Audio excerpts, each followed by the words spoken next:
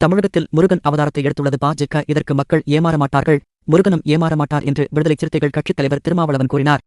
திண்டுக்கல் மாவட்டம் கொடைக்கானலில் செய்தியாளர்களிடம் அவர் நேற்று கூறியதாவது: வக்பு திருத்த சட்டத்தை திரும்பப் பெற வலியுறுத்தி விசிக சார்பில் திருச்சியில் வரும் 14ஆம் தேதி பேரணி நடைபெறவுள்ளது.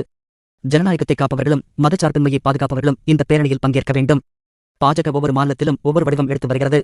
உத்தரப்பிரதேசம் போன்ற மாநிலங்களில் ராமர் வடிவம், மேற்கு வங்கத்தில் துர்கா தேவி, மத்திய இந்தியாவில் விநாயகர், தமிழகத்தில் முருகன் அவதாரத்தை எடுத்துள்ளது. வட மாநிலங்களில் பாஜக செய்யும் இதுபோன்ற அரசியல் தமிழகத்தில் ஈடுபடாது. முருகன் பெயரில் மாநாடு நடத்துவதும் இங்கு ஈடுபடாது. தமிழ் மக்களும் ஏமாற மாட்டார்கள், தமிழ் கடவுள் முருகனும் ஏமாற மாட்டார். வட மாநிலங்களில் நடைபெறும் தேர்தல் மேட்பிக்ஸின் போல உள்ளது என்று ராகுல் காந்தி கூறியிருப்பது உண்மைதான். மின்னணு வாக்குப்பதிவு இயந்திரத்தை வைத்து பாஜக சூதாட்டம் நடத்தி வருகிறது. அனைவரும் இந்த மின்னணு வாக்குப்பதிவு இயந்திரத்துக்கு எதிராக போராடும் நிலை உருவாக வேண்டும். 2026 தேர்தலில் அதிமுகவின் வாக்கு வங்கி சரிந்துவிடும். பாஜக அவர்களுக்கு பலம் உள்ளது போன்று காட்டிக்கொள்வர்.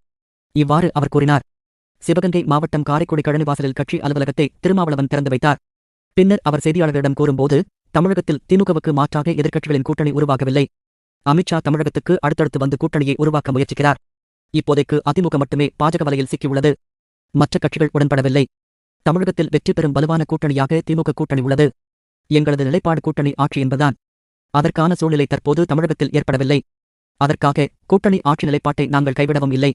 நடைமுறைக்கு சாத்தியம் இல்லாத நிலையில் கூட்டணி ஆட்சி குறித்து வலியுறுத்த மாட்டோம் என்றார்.